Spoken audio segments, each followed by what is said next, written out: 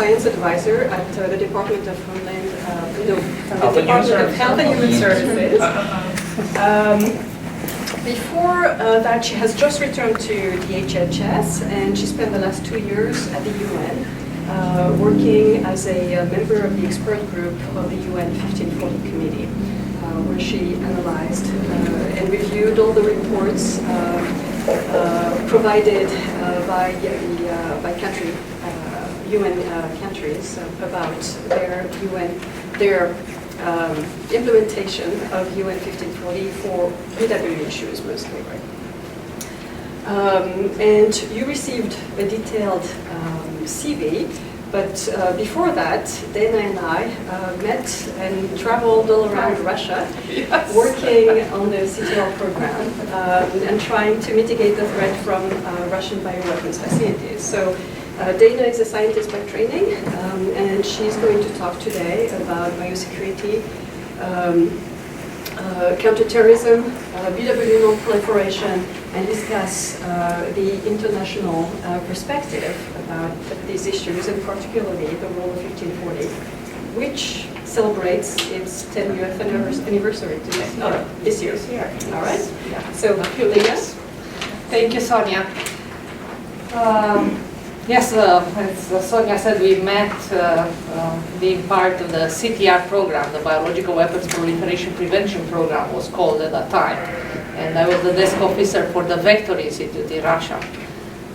That was quite an exciting job. I should give a presentation about that. I have lots of pictures from Vector. But as Sonia said, in 2012 I was selected by the US government to serve as a technical expert supporting a subsidiary body of the UN Security Council, the 1540 Committee. And my assignment ended at the end of December last year, so I'm very grateful that I have this opportunity actually to share some of my experiences working in the UN system with you. The title of my presentation is Biological Weapons Nonproliferation, Biosecurity and Counterterrorism, an International Perspective. This is a very broad topic, so we'll probably need a series of presentations, an entire course, if you will, to address every detail of this topic. With this, I'm inviting myself again to GMU to continue this topic. But before we press ahead, I would like to point out the disclaimer on the bottom of my slide that any opinions I may express here are my own. They may not coincide with the views of the US government. I was born in Romania, and like many Eastern Europeans, we are very opinionated. So I'm always very eager to share my personal opinions. This disclaimer actually saves my job. The take-home message or food for thought I would like to convey in my presentation is that these efforts on preventing and defeating WMD proliferation and terrorism, they directly contribute to health security. And this is particularly relevant nowadays, since just last month the White House released the Global Health Security Agenda, an initiative of the US government to coordinate the policy and funding mechanism across the health and security sectors, and to enable this unified global effort to deal with biological threats via preventing avoidable epidemics, detecting threats early, and also responding efficiently and rapidly. In terms of, you may notice that throughout my presentation I talk about non-proliferation, anti-terrorism versus counter-proliferation and counter-terrorism. And while we have definitions for all of these terms, and I listed on this slide those from the DoD dictionary, there isn't, in practice, there isn't a hard line between these activities. In many counter strategies, you always have sort of a preventative element. And probably, just dealing with the definitions and how we put in practice activities in these specific areas, it may be actually a topic for a biodefense thesis if you're looking for such a subject. But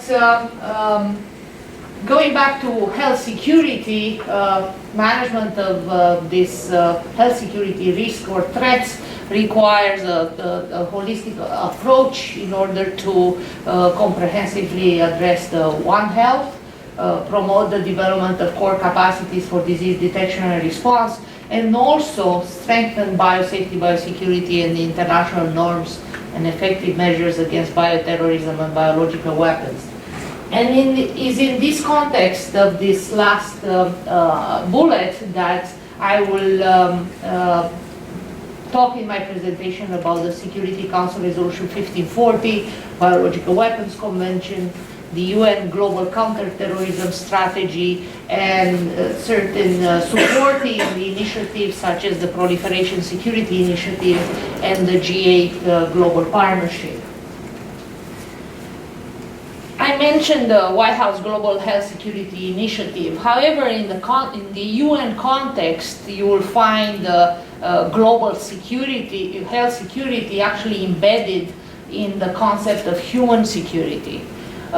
Human security is a dynamic framework that is focused on individuals and takes a step forward from the traditional state-focused concept of national security. Human security actually addresses health security in this broad framework that has three pillars: economic development, peace and security, and human rights. So it's not an element that stands alone, but is integrated synergistically with other efforts.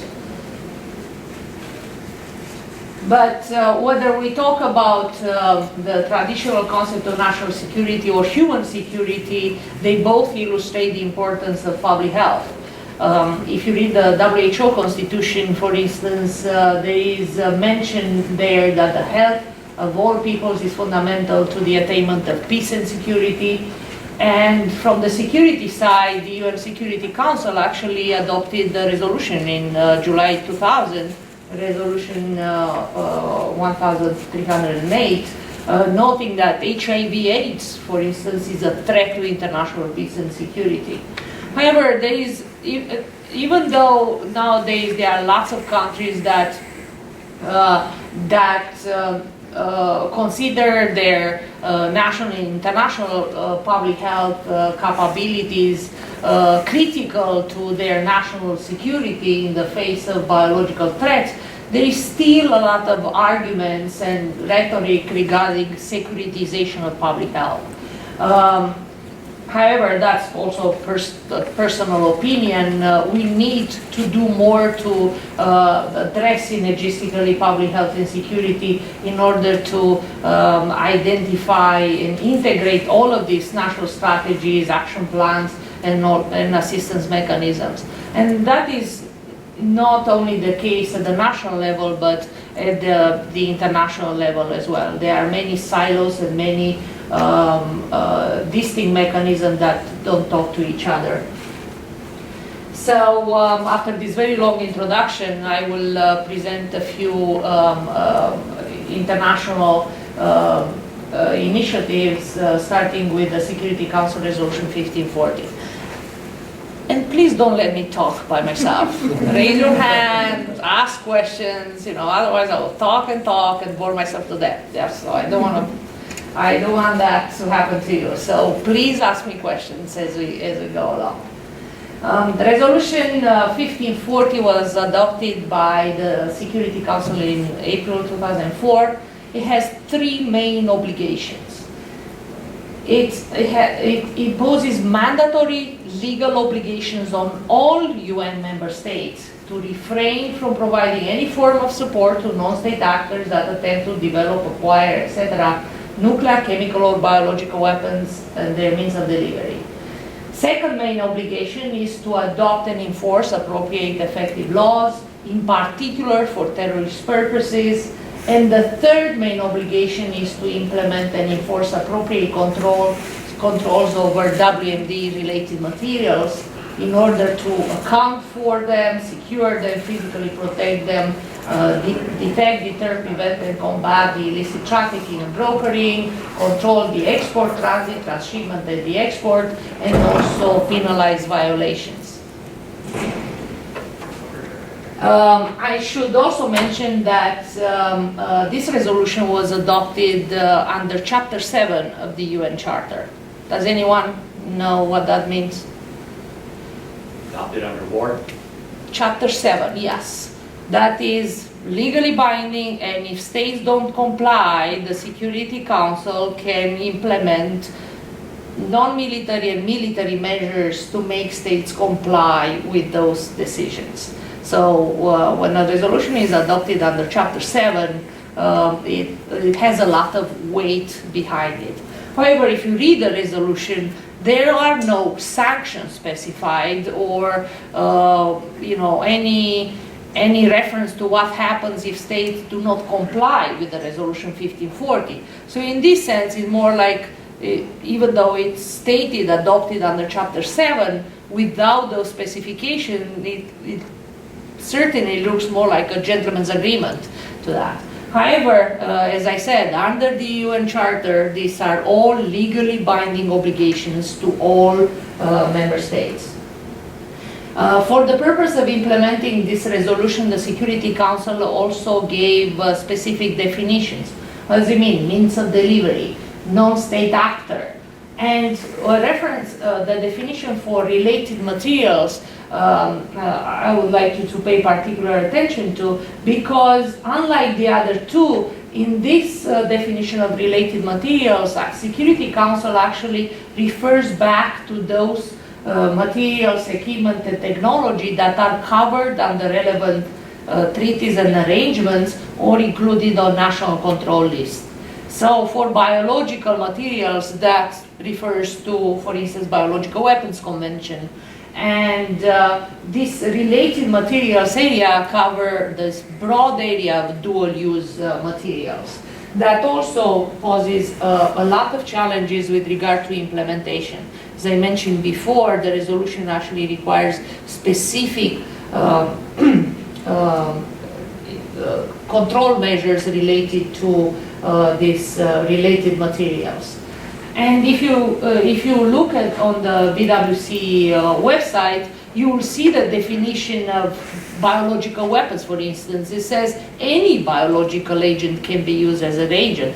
That means it's very easy to determine what is a specifically designed means of delivery for a biological weapon, as shown on that slide, or when it's a specifically designed biological weapon, that is something that is particularly manufactured for the particular use as a weapon. In the case of BW-related materials, however, that's a gray area. So it's not clear-cut as it is in the nuclear and also in the chemical arena. As I mentioned before, the states are required to implement and enforce appropriate effective laws, in particular for terrorist purposes. Unlike the other areas where the Security Council actually gave definitions of what that means, the Security Council, until the adoption of Resolution 1540, did not define what terrorism is. However, the Security Council encouraged states to define unilaterally in their laws what terrorism is, in their national laws that will implement the relevant Security Council resolution. It is only in that resolution 1566, adopted later in the same year, that the Security Council recalls that certain acts are never justifiable. So that is sort of a definition of terrorism, but a clear definition of what terrorism is, you will not find in any document of the Security Council. With regard to multilateral treaties, Resolution 1540, through Resolution 1540, the Security Council calls upon all states to renew their commitment to multilateral cooperation and also promote the universal adoption and full implementation of those treaties, including the Biological Weapons Convention. On the other side, you will see in the final declaration of BWC states parties to the review conference, for instance, the one in 2011, that states parties also noted in their declaration that information provided to the UN by states in accordance with 1540 may provide a resource for states parties in fulfilling their obligation under Article 4 of the Convention. Do you know what Article 4 of the Biological Weapons Convention refers to? National implementation. However, with all of those mentions, you know, in there are 9 years since the adoption of the resolution until last year, states parties did not invite the 1540 committee. There was no formal contact between the 1540 committee and the BWC states parties. Last year, the situation changed. The 1540 committee was invited for the first time to present in the BWC plenary, both at the BWC meeting of experts and the BWC meeting of states parties. And I hope you recognize the Who is on the committee, the 1540 committee? Is it rotating? How long has it been? Yes, I will get to that. Okay. Yes, absolutely. I will tell you about that. In the nuclear area, it seems there is a lot more political support expressed by, for instance, the attendance to the nuclear security summits for Resolution 1540. You have a quote on this slide from Secretary General Ban Ki-moon that says, participants at the nuclear security summit, both in DC and Seoul, have expressed overwhelming support for the work of this resolution. However, in neither meeting of the BWC states parties or meeting of experts, there was not such overwhelming support expressed for 1540, despite the overlapping goals and aims of BWC and 1540 in the bio area. So, to answer your question, at the time the Security Council Resolution 1540 was adopted, the Council also established this 1540 committee to monitor closely the implementation of the resolution. So it's a subsidiary body of the Security Council. All members of the Security Council are members of the 1540 committee. Right? So, and to help the diplomats that are part of the committee, the Council also established a group of experts, a group of 9 technical experts to assist the committee in carrying out its mandate. Just as an update to the Resolution 1540, I'm sure you all kept up to date with the situation in Syria. Resolution 2118 last year mentions that the Security Council decides that member states shall inform immediately the Security Council of any violation of Resolution 1540. If you remember the whole politics and the discussion in the Security Council on Syria, you remember that there were some debates among US and Russia with regard to adoption of a resolution on Syria. Resolution 2118 was not adopted under Chapter 7. Right? We discussed Chapter 7 of the UN Charter before and the weight behind it. This one was not adopted under Chapter 7 but it mentions resolution 1540. And that's where the weight of this resolution on Syria lies. However, again, for you academics and your future theses and articles on biodefense, the Security Council does not provide any guidance or discusses what constitutes a violation of Resolution 1540. If you read the resolution, there are obligations, prohibitions, and recommended activities that all UN member states should undertake. So this term, what constitutes a violation of Resolution 1540, is actually subject to debate. Question? So, and kind of regarding the Syrian crisis, like even with the implementation of this resolution, if you have a state that's able to veto any action by the Security Council, what more could the UN or Security Council do to even bypass that law? Not much, right. But if it's one of the, the rule of the Security Council, so if it's one of the permanent members of the Security Council, no resolution can be adopted. However, there are ways, and they were in the history of Security Council, where the Security Council deferred matters to the UN General Assembly to adopt resolutions on their own. However, under the UN Charter, only the Council actually has the mandate to adopt resolutions that are legally binding. So the General Assembly adopts resolutions that are sort of recommended, but all countries agree to, but they are not mandated to implement them. But it shows, the international community coming together toward the common goal. I'm just curious, what kind of security clearances or things like that does the committee have to have?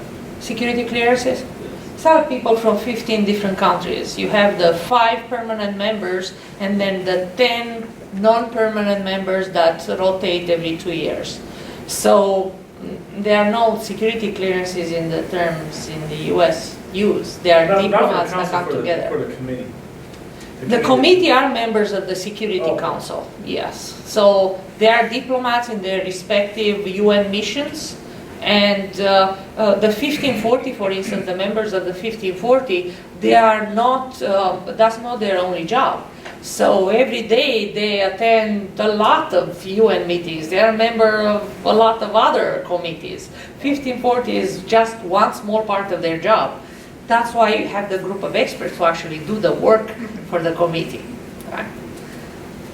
One more question. So this is, I feel like, very similar to the way the Biological Weapons Convention was kind of structured, where they basically had the treaty, developed the convention, decided that they needed to have a committee of experts try to figure out how they could actually run it. And do you feel like it's kind of along those lines as well, in terms of the approach? Not necessarily. I mean, I'm probably referring to the BWC when the group was established to actually advise on verification options.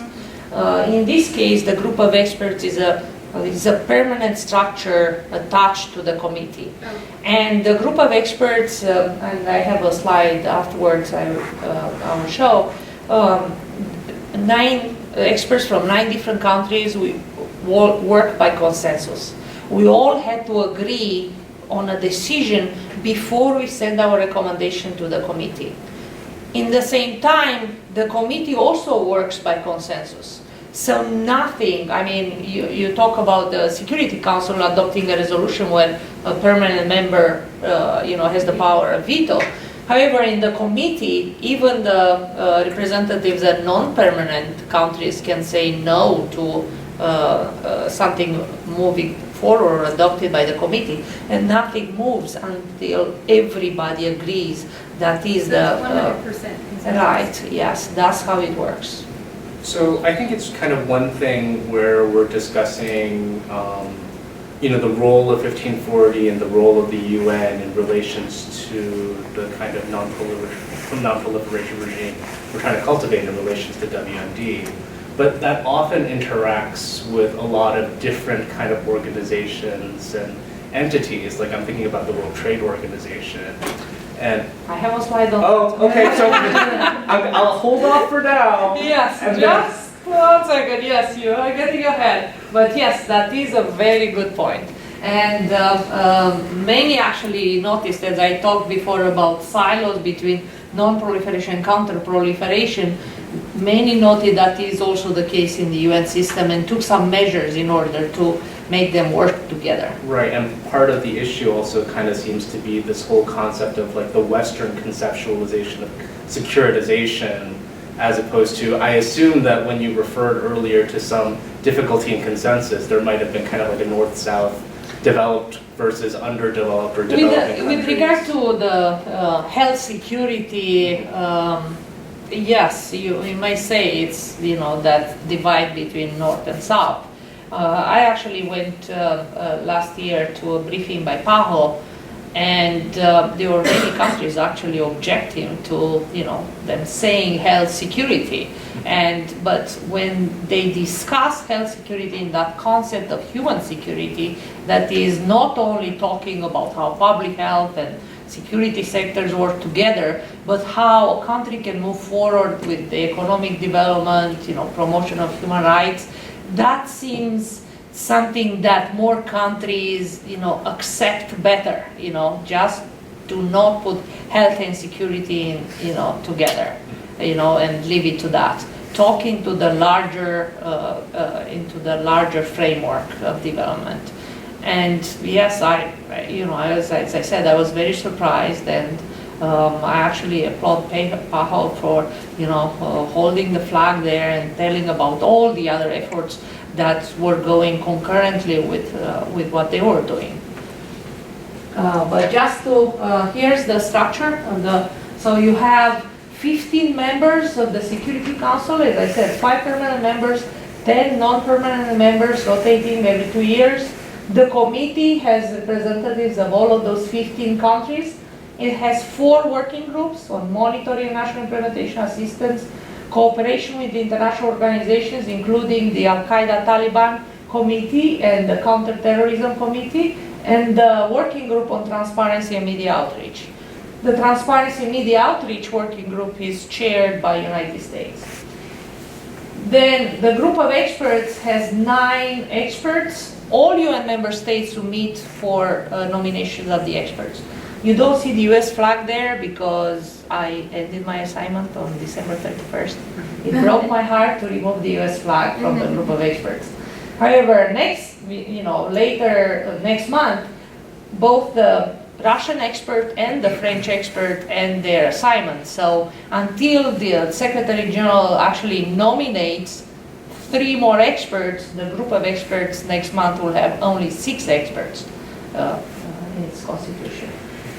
The UN Department of Political Affairs serves as a secretariat for the 1540 Committee, and the UN Office for Environment Affairs, UNODA, actually provides significant logistical and administrative support both to the committee and the group of experts, in addition to promoting on their own implementation of Resolution 1540 through regional and sub-regional seminars and workshops.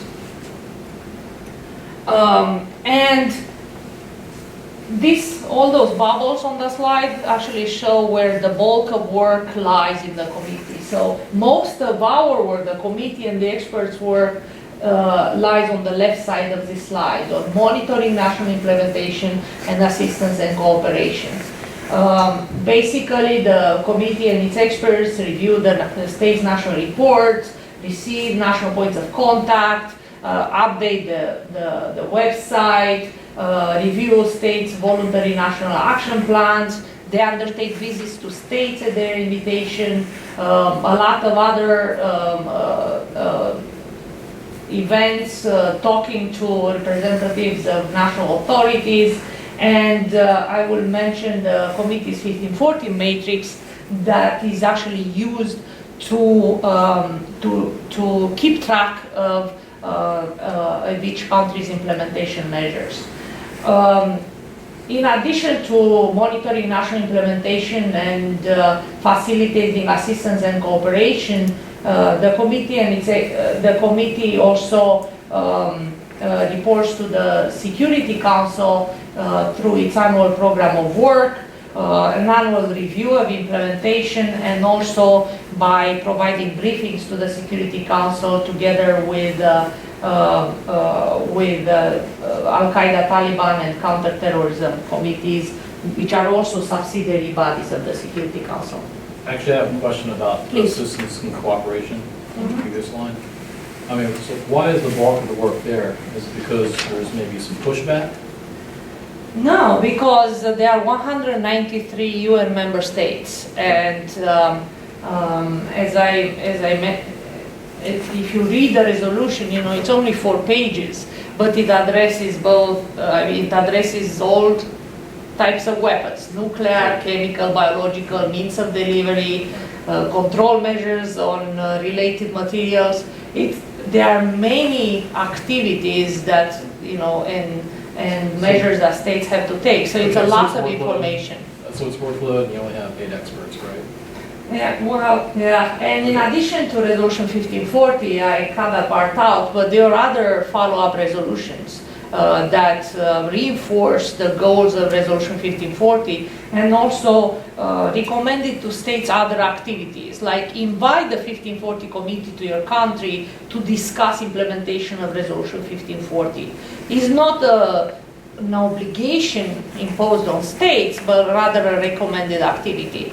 That was through Resolution 1977, and you know, for a year or more than a year, no country invited the committee for a visit, even though the Security Council recommended that. So the United States was the first country who actually, you know, invited the committee for a visit, and all relevant departments of agencies actually participated in that visit and talked to the committee members and its experts on what the U.S. government does to implement Resolution 1540.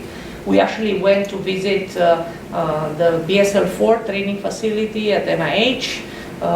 There were other facilities that the committee wanted to see. So we had a very good meetings, and it was followed by other countries that invited the committee. Was the composition of the group of experts primarily individuals like you that have a very heavy science background, or was it a combination of kind of policy individuals along with scientists, a bit of this or that? Okay. I will refer you to my disclaimer on my first slide.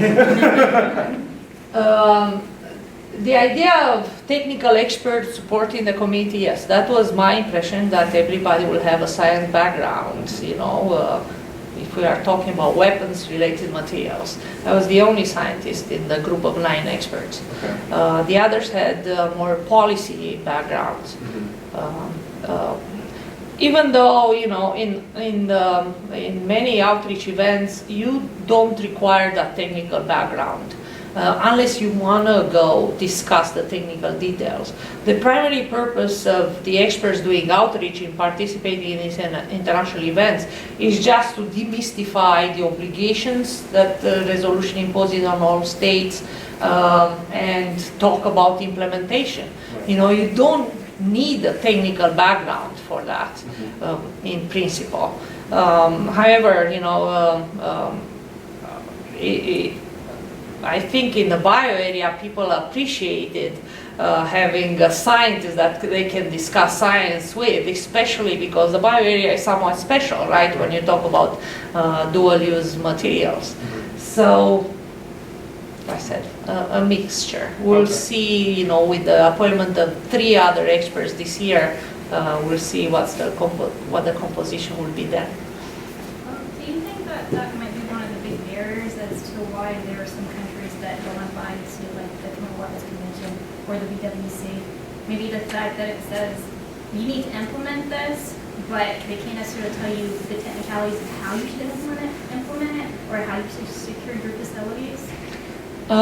Actually, the exact details of implementation, the Security Council, you know, does not provide a recipe on how to do it. Right. The Council actually tells states what to do, not how to do it. It's up to each state on what they consider appropriate, effective laws. You know, so yeah, the Security Council doesn't go into that detail. And so in those regards, do you think things like the Australia group might be beneficial in relation to using them kind of as an information resource for those states that might be seeking to find policies that may work for them or that have worked? Yes, absolutely. Export controls for related materials is a big area. But related to not necessarily 50/40. the UN is the area for that. Right, kind but of remember, Australia Group is an informal arrangement. Right. Not all countries are part to it. discussion. Some of my colleagues in the group of experts, for instance, objected to the very existence of the Australia Group. So, actually wanted to introduce a reference as a footnote on the 1540 matrix. The countries should review the Australia Group list just for information purposes. But certain colleagues in the group of experts said no, and we could not move forward. Without the legal framework of how you're supposed to move forward, how are you supposed to define a country define or sanction a country that's not moving forward, not actually implementing effective policies? This is sometimes, one of the criticism of Resolution 1540 or the whole working arrangement is that the committee does not provide feedback on the national reports. You may have a half a page national report or 70 pages like the US submitted.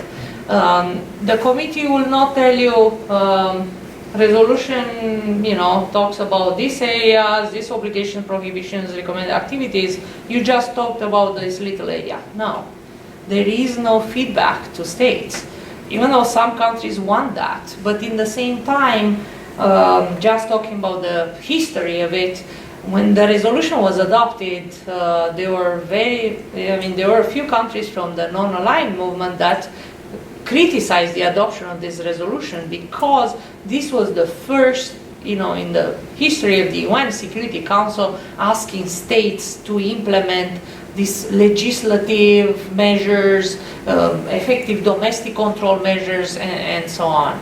So just to overcome that political resistance, the Security Council doesn't provide the recipe. Does it the way they want it. But in terms of feedback, yes, that may be a criticism. I heard that some of the outreach events, actually, countries wanted to find out if that report they submitted was what the committee expected of them. But the experts actually can talk informally with all of those countries and provide advice. Is it something that countries do separately? For example, the United States has a lot of outreach activities and they train countries in developing their control system, etc. Is it something that, do you coordinate with, does the 1540 committee coordinate with national countries that have these outreach activities and agree on what's a good export control system or what's an efficient export control system, for example? Yes. Actually, on the assistance part, there is a long list of countries that offered assistance with 1540 implementation, and also a list of countries that requested assistance. In the same time, there are many international organizations that offered assistance with 1540. At this international event, all of these organizations actually are sometimes organize these outreach events or are part of them.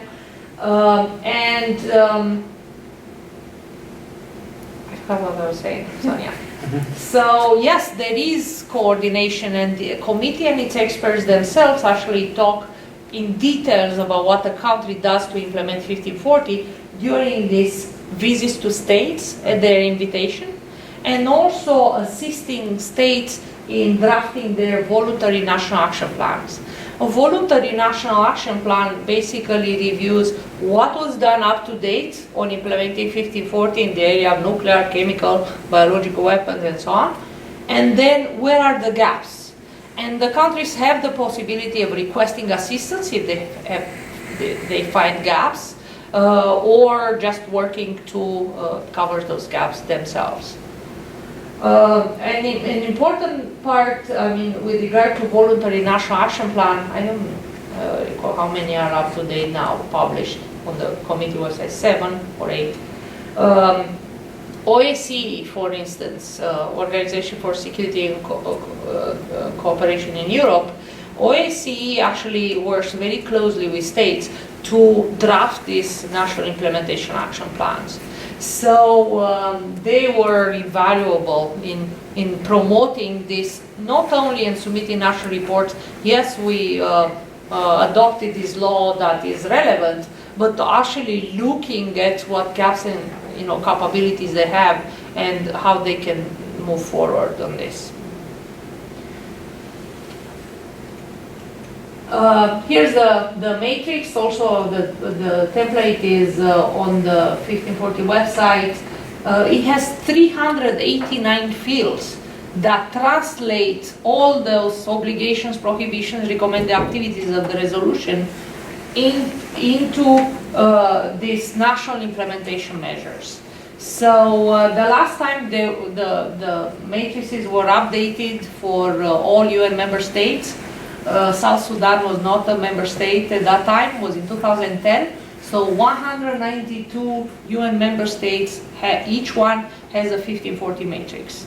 The experts are actually working now on updating all matrices. So this year there will be new updated matrices for all 193 UN member states. So as I said, they are these matrices are on the 1540 website. Those from 2010. With regard to biological weapons related materials, these are the areas that are listed on the 1540 matrix. If you look at the list, measures to account for secure productions, use, storage, transport, the BW related materials, regulations for physical protection of facilities, materials transport, licensing, registration of facilities, reliability check of personnel, and so on. Those are also measures that states parties to Biological Weapons Convention look for when they talk about national implementation of BWC. And right there in font 6, I think it is my biggest achievement as a 1540 expert. A reference to BWC CBMs in the new 1540 matrix template. It took a few weeks of negotiation with my fellow colleagues in the experts group just to have that small reference to BWC CBMs. Because not everybody agreed bio is that important, and if you have bio, why don't you have nuclear, why don't you have chemical? Even though declarations to the CWC are confidential, they are not posted, not all CBMs are posted, but some are, and there is no equivalent under the NPT. And yet, everybody fought against it. But as I said, that's my biggest achievement. That font 6 text right there. As I mentioned, all states are required to submit a report to the committee on steps they have taken or intend to take to implement the resolution and additional updates. The resolution 1540 actually has a great reporting record under in the UN system. You see, from 193 states, 172 reported to the committee. We are not talking about quality of reporting. Right? We are not addressing that. However, all countries actually took the time and had the energy to actually submit a report to the committee. There are still 21 countries that have to report, and the chair of the committee, he's from South Korea. He actually wants that the 10-year anniversary to actually achieve universality of reporting. Are these reports, when they're given to the committee, you said that there's no feedback provided. Do you guys discuss these in the committee, or are they just basically a collection of these reports? The reports are sent to the committee. The secretariat, the UNDPA, sends them for translation in all UN languages, and then they are posted on the 1540 committee website. the experts actually look at those national reports when they update the matrix for each state. Right? That's when that information is used. Or if that country invites the committee and this group of experts for a country visit, or they are working on a national implementation action plan, then we look at those national reports in order to prepare for the visit or to help the state in drafting the national action plan. And you can read them all. You can read the recent US report just a few months ago.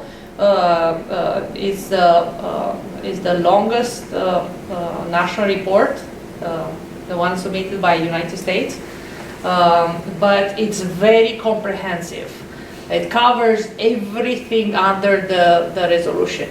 And I think it helped a lot with this update to the US national report, because the current national point of contact, the 1540 coordinator at the State Department, is a former 1540 expert. So I just replaced him when I took that job. Sir. So when you get a report like this, do you all do any kind of assessment work as to the truth value of what's being submitted?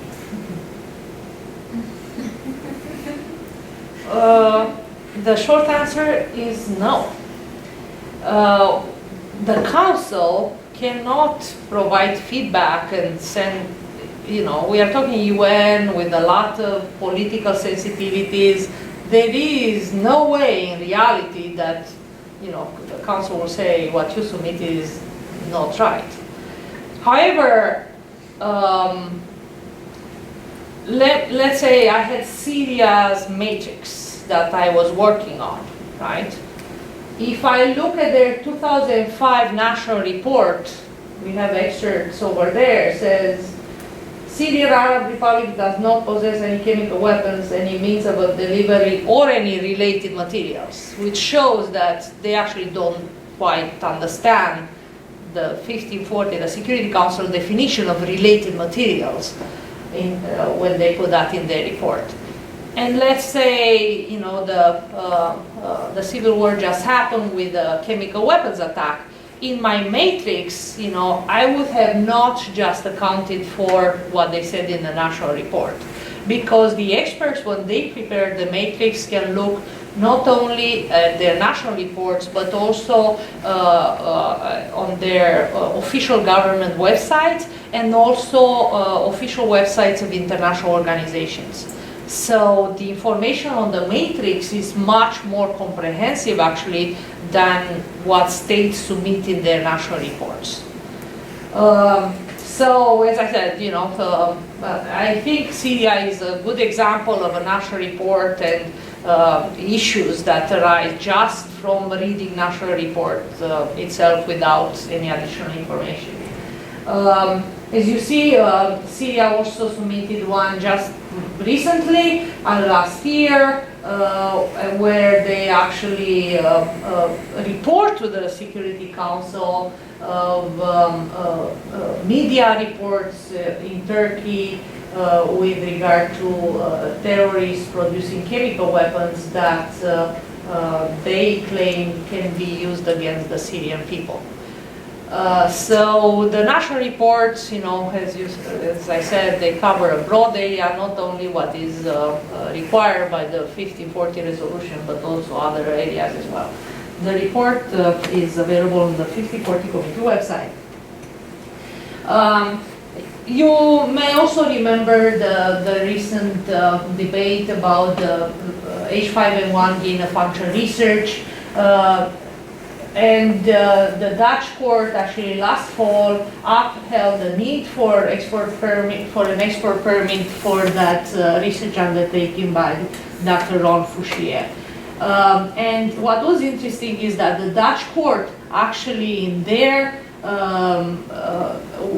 decision mentioned Resolution 1540, because that Resolution 1540 was the basis of adopting the EU law on export controls, and afterwards the relevant national export control regulations. And talking, you had, oh, In the case of 1540, the article was published before the court issued its decision that yes, they, Fouchier should... right, and he applied for an export permit, but then he still sued the government, you know, that he actually didn't need one. But he, you know, Dr. Fouchier actually had an export permit. So But you had just- to request the export permit after publication? No, he asked for an export permit before publication. Yeah, yeah. But then he still sued, saying that, you know, he shouldn't have been forced to ask for a permit. But the permit was issued. You asked about the integration of different organizations. So the 1540 expert group is, you see there in those red boxes. These are all this organization on this slide, whether we talk about UN organization, UN Security Council committees, observers, you said World Customs Organization you World mentioned? Trade, I was or- thinking World Trade Organization. I don't know if WTO is here. But these are entities that are part of the Counterterrorism Implementation Task Force, CTITF. You may notice, other than the experts group, you also have other organizations with some mandate in the biorisk management arena, like WHO, Interpol, and so on.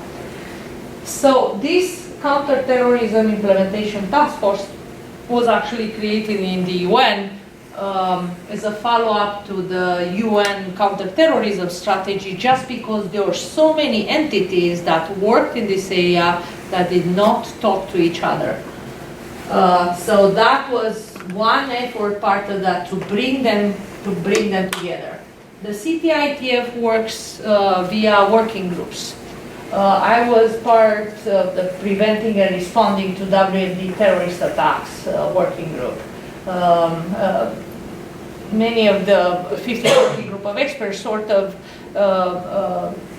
went to whatever was our interest first. So other experts were part of the other working groups. The working group on preventing and responding to WMD terrorist attacks, for instance, produced these two documents listed, shown there on the slide on interagency coordination in the event of a terrorist attack with chemical and biological weapons or materials, and the other one on nuclear or radiological terrorist attack. Interagency coordination in this sense talks about these UN entities and other international organizations. I'm curious about the number of people in this expert group, that now that you're gone, the U.S. doesn't have one, and I'm surprised we didn't have backup. I'm curious about your opinion on the efficiency of just having 8. Is it so overwhelming, or is it really you're just doing these working groups and that 8 is because there's a ceiling and there isn't more on there? Actually, CTITF, you know, is just coordinating with the other UN bodies, but the work is the 1540 committee work. And it's a lot of work right now, because all those 1540 matrices for all member states have to be updated. The committee still receives invitations for participation in outreach events, in country visits, so in helping states with their voluntary national action plan. So there is a lot of work nowadays. However, the UN is not the fastest ship on the sea. It took, after I got selected for the position, when the State Department sent the memo to the UN that I'm the expert, it took the UN 6 months to actually, say yes, come to New York. You are now the part of the group of experts. 6 months, and now I don't know how long it will take. But right now, the U.S. government also selected candidates for this position, so they already sent a letter to the UN. Now the clock is ticking. We don't know how long the UN will take actually to select a candidate. But again, it may not be a US expert. All UN member states apply for those positions, right? So There are only basically, 8 positions? 9. 9. Nine. Okay. So basically, all UN member states may compete for my former position now. How long are there terms on the position? You can serve between 2 and 5 years, right? Yeah, I didn't stay 5 years. So all the kind of bureaucracy, I feel like Yes, probably the don't bureaucracy get is too hard much to bear. progress until maybe like year 4 of you being there, and then by that time your term might be up, right? Yeah, I mean, it's good to have somebody for, you know, an entire term, you know, 5 years. You know, you gain all of this experience, you know, people, because even in the time I was there, you develop this personal relationship with states, you know, so that is very helpful, you know, because they don't always want to send a formal letter to the committee to ask a question, you know, or even, you know, official to the group of experts and be translated and be posted on the website. They like this one-on-one interaction where you can help them, you know, and that is primarily due to personal connections the experts develop. Does the committee have a very small secretariat, or is that large? The secretariat is from UN Department of Political Affairs. So they are the ones actually providing all of this translation, you know, keeping track of correspondence and so on, not the experts. Yeah. I was just wondering, because I know like the implementation support unit for the BWC is only 3 people, so I was wondering if it was Yeah, more. 3 people for bio, 9 experts for nuclear, chemical, biological weapons, their means of delivery, and related materials. Yeah. I don't understand why they keep like your question, why are there so few positions when there's so much to do?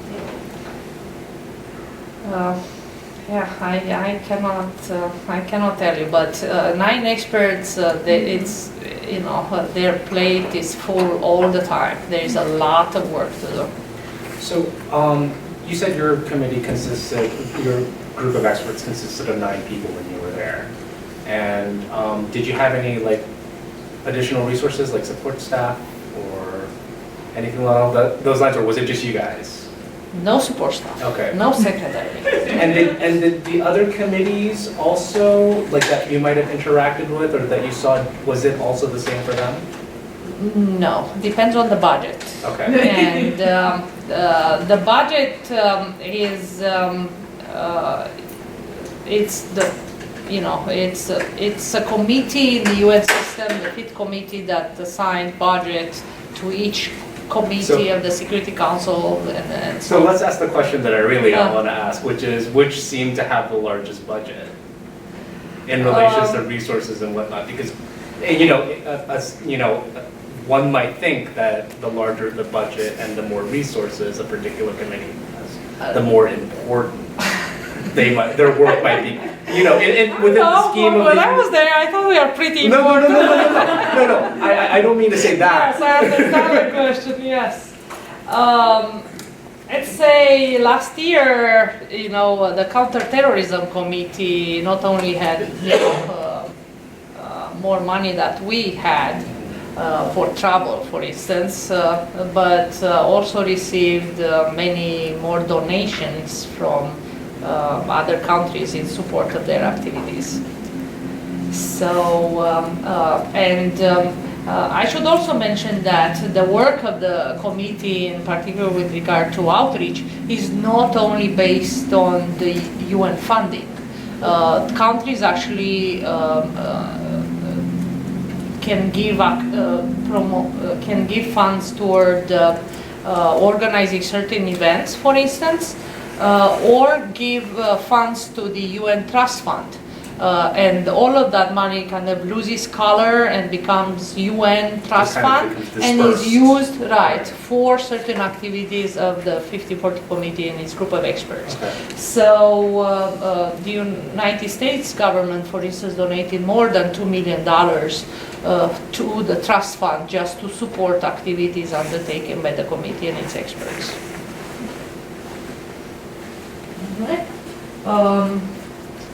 Let's say, I mentioned the CTITF was implemented as a follow-up to the UN Global Counterterrorism Strategy, which was adopted in 2006. One of the criticism to the UN system at that time, it was just this one, coordination of the UN system counterterrorism activities. They said there were several entities moving separately, so under the CTITF they come together and they also exchange information about their activities. With regard to implementation of the strategy, the Secretary General is reporting to the UN General Assembly on the status of implementation. At this time, for instance, the last report was in 2012, so at this time the UN is working on finalizing the report, the 2014 report on implementation of the strategy. The strategy has those 4 pillars there, so all UN entities actually contribute to that Secretary General report in their specific areas: measures to prevent and combat terrorism, address conditions conducive to the spread of terrorism, building states' capacities to combat terrorism, and also measures to ensure respect for human rights. Another forum with founded by 29 countries plus the EU in 2011 is the Global Counterterrorism Forum, where countries meet, practitioners in the counterterrorism area actually meet to discuss best practices in counterterrorism and capacity building. So this is, I would suggest you visit the website to learn more about it. And another mechanism in supporting these 1540 related activities is the G8 Global Partnership. The GP is addressing biological weapons non-proliferation, disarmament, and counterterrorism through various activities, cooperative projects such as scientist engagement, biosafety, biosecurity, export controls, and supporting the implementation of Resolution 1540. Under the US chairmanship in 2012, the Biological Security Working Group was created. The chairmanship, the presidency of the Global Partnership, the G8 changes each year. In 2012, when this group was created, there were 5 biological security deliverables that the US and the members of the GAGP came up with. If you look at the 5th deliverable that talks about reinforcement and strengthening biological non-proliferation principles, practices, and instruments, and talks about assistance, including universalization, full implementation of PwC, the 1925 Geneva Protocol, and Resolution 1540. So basically, at this point, the 1540 committee group of experts participate in GP meetings, and that's one important mechanism of actually sharing the request for assistance from states in order for the GP members to address those requests for assistance. So that's one area in these meetings where the requests for assistance submitted to the 1540 committee are shared with the GAGP members. Is this the same G8 that was that they just kicked Russia out of? G7, yeah. Yes. Yes. In 2013, the chairmanship of GAGP was held by United Kingdom. The specific objectives for the Biological Security Working Group that our British colleagues talk in their report are to highlight specific gaps in capabilities and capacities.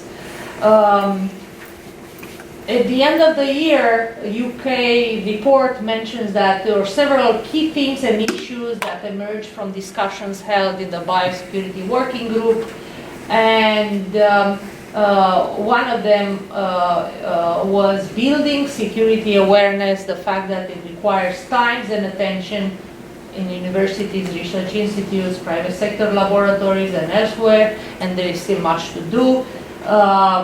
they talk about key phrases, safeguarding science, responsible conduct, and that this can be accomplished through an engagement between law enforcement, security, and the scientific communities.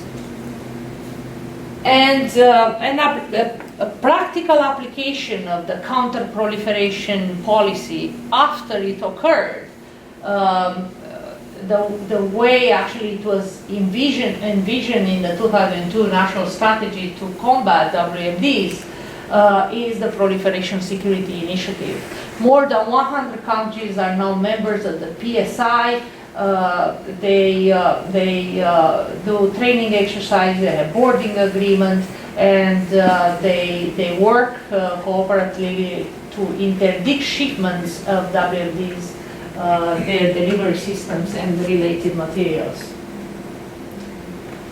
So, as I mentioned, this topic is very broad, and I could have all of those initiatives and mechanisms that I talked, 1540, BWC, CTITF, GCTF, GP, and PSI, actually have an important role globally toward health security, as I mentioned at the beginning. But I could have very well given the same presentation from the public health perspective, just talking about how the WHO international health regulations, the OIE, performance of veterinary services, and the Global Health Security Initiative actually contribute to global biosecurity.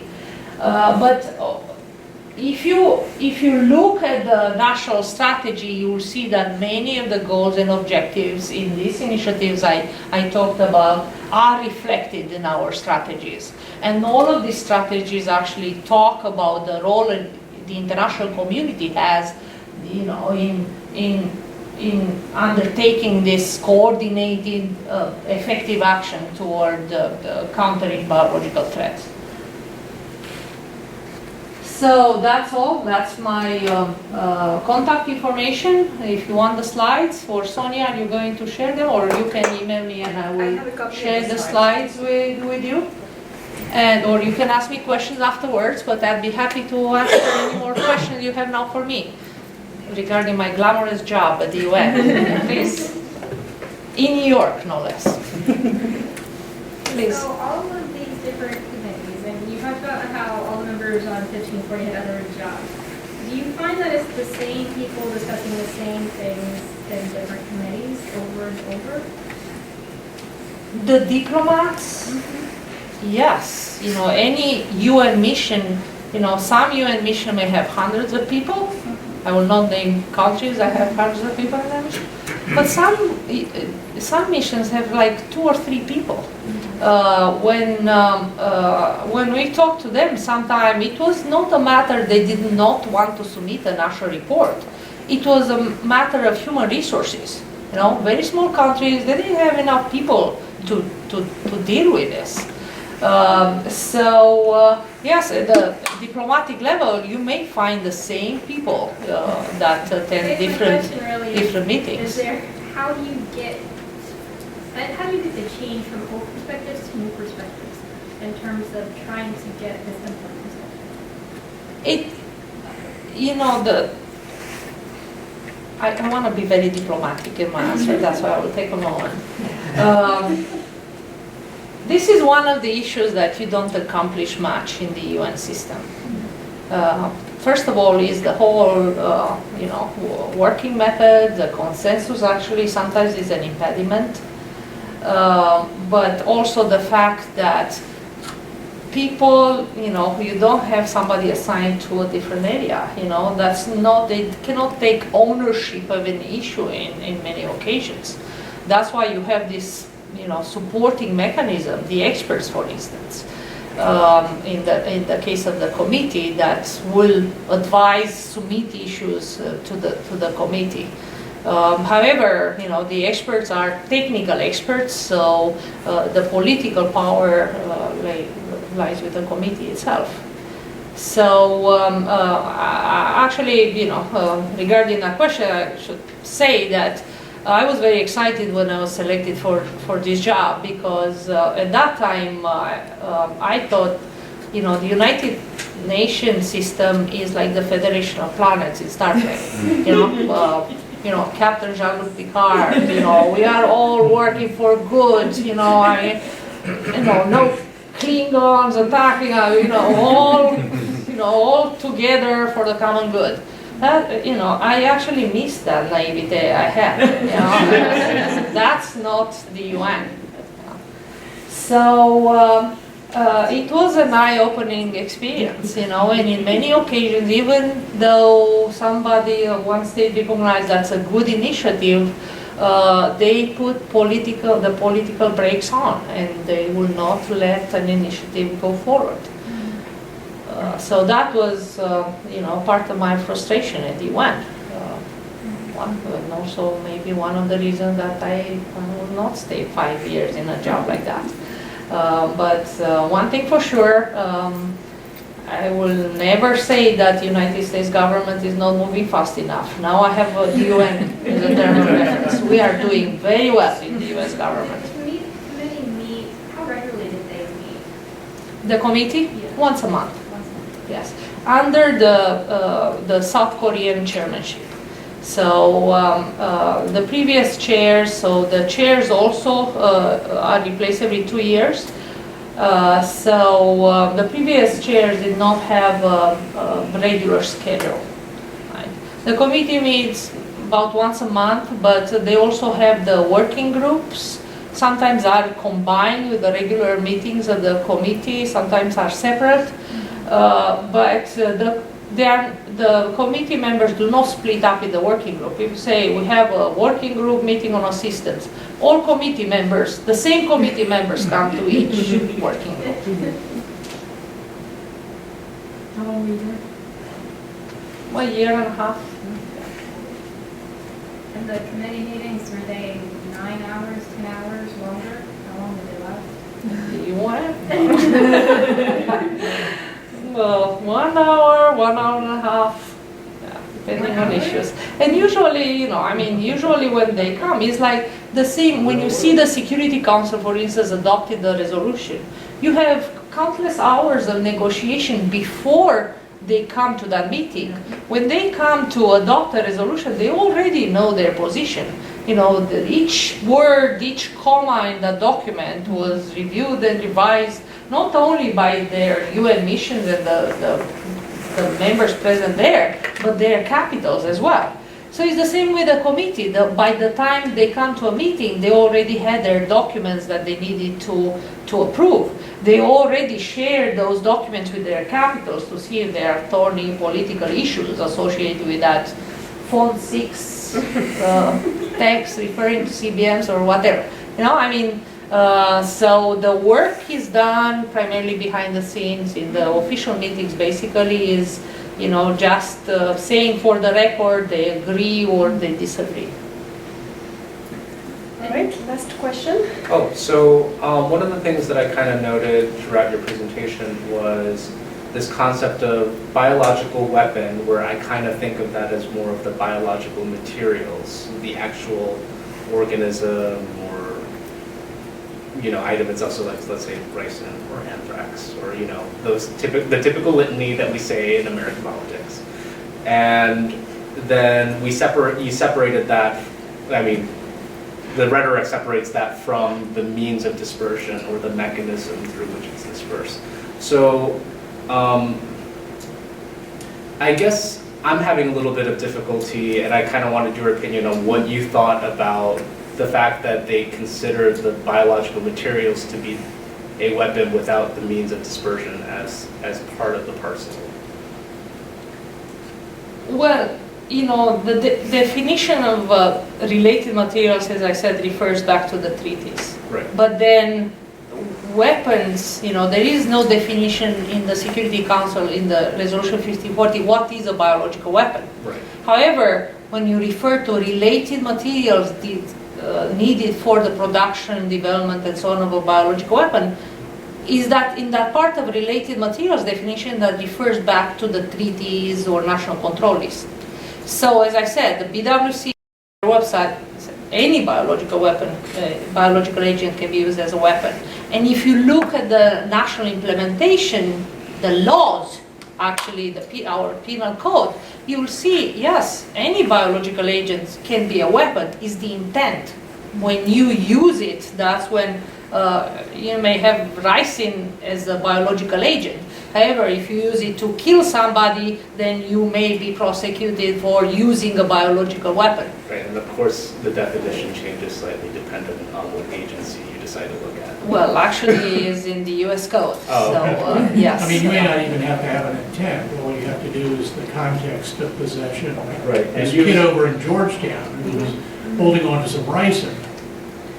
He had no Yes, reason. because we also have domestic control measures. We have the select agent regulations. There are other laws that come in place.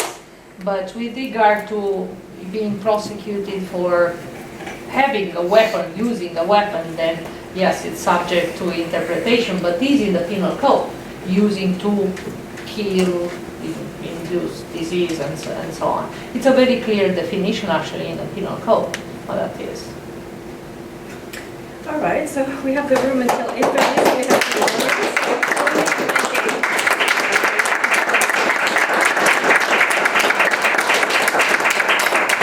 And if you're interested in receiving the slides, send me a note or send a note to Amanda. She also has a copy of the slides.